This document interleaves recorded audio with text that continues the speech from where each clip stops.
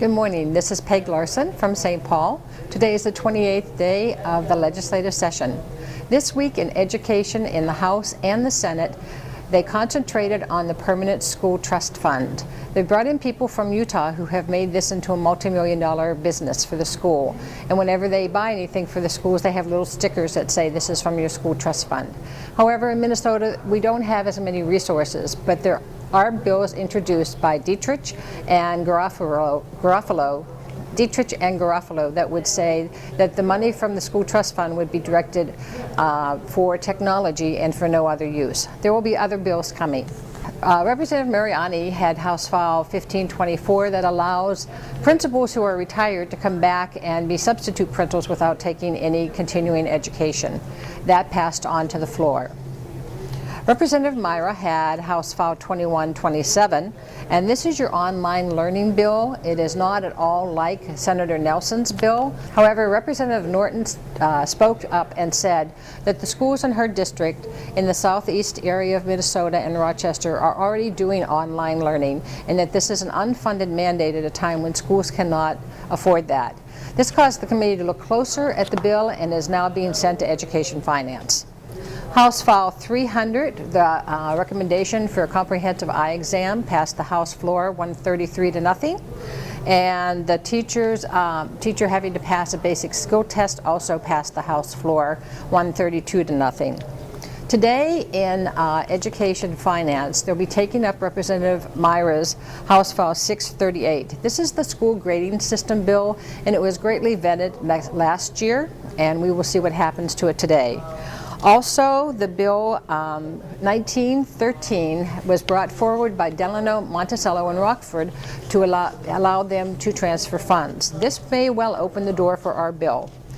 Another bill that will be up today is the levy for charter schools. They're going to make an amendment on it that says this would not take place on levies until July 12th, 2012. However, I expect this to be not well received. It was not well received before, and they have not compromised on the language to help all students.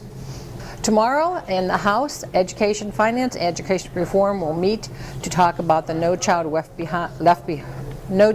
Behind flexibility and what that will mean for our state and for our pupils. In the Senate, they are going to be talking about the unrequested leave. Senator Wolf had that bill on Tuesday. It took the entire hearing. It took 3 hearings in the House, and they're going to hear it again today, along with some other bills, especially Chair Olson's bill for the general education operating capital levy provisions to eliminate obsolete language. The big thing here is going to be the governor's speech. We are all hoping that it will be one that brings sides together. It's been really rocky here, and in fact I've never seen so much contention, and I understand that his speech is going to be a positive and try to bring both sides of the aisle together. The other thing that's going to be interesting is what the governor's going to say today. And I think what the governor's going to say today, amongst other things, I've heard he's going to have an upbeat message about the state and a hopeful message.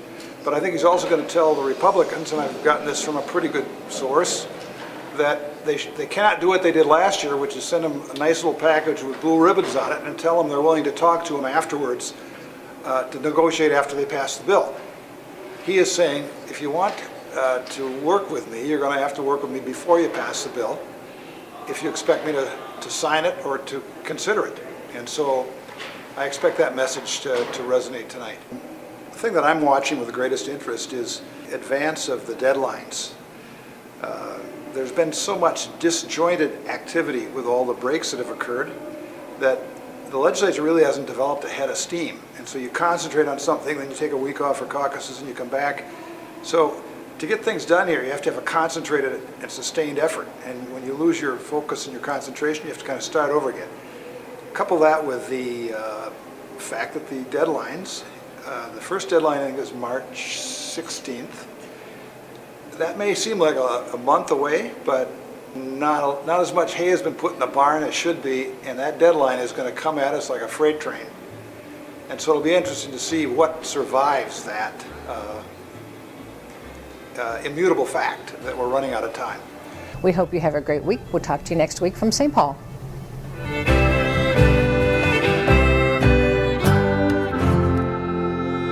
Thank you.